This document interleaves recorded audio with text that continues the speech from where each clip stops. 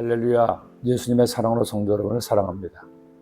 유튜브에서 우연히 조영기 목사님의 오래된 설교 동영상을 보았습니다.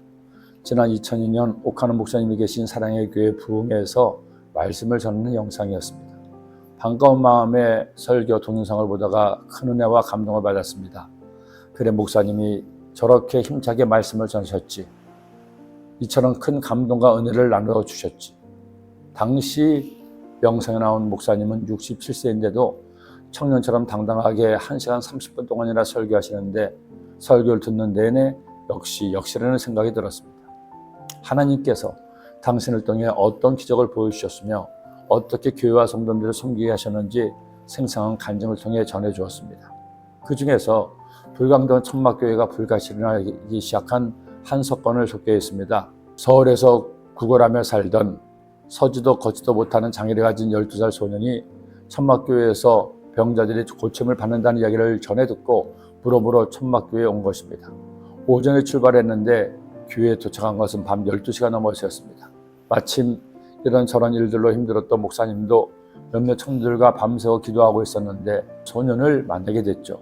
소년은 목사님에게 다리를 낫게 해달라고 했지만 목사님이 볼 때 소년의 다리는 날 다리가 아니었습니다. 다 자라지 못한 뼈만 남은 다리에 주부를 끼고 기어 다니고 있었기 때문입니다. 아무리 생각해도 나을 거라는 믿음이 오지 않아 믿음을 얻겠노라고 먼저 혼자 1시간 넘게 기도했습니다. 성령님, 기도를 해줘야 하는데 믿음이 생기지 않습니다. 저를 도와주세요. 그렇게 한참을 기도하는데 성령께서 강한 믿음을 목사님께 부어주었습니다. 그 믿음으로 지구를 밀어도 움직일 거라는 믿음이 왔어요. 목사님이 두 눈을 질끈 감고 소년의 발을 붙들고 예수님의 이름으로 일어나라 선포하며 잡아 일으키는데 뼈가 부러지는 듯한 소리가 났습니다.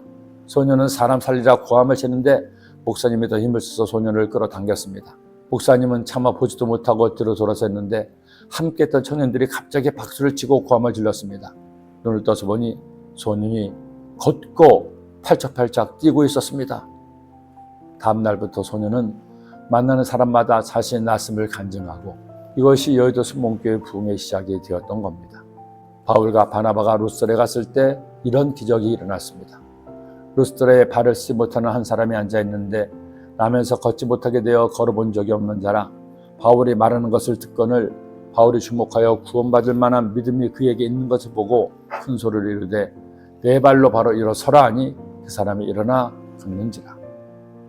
이런 기적이 일어나자 사람들은 바울과 바나바를 자신들이 믿는 신으로 생각했습니다.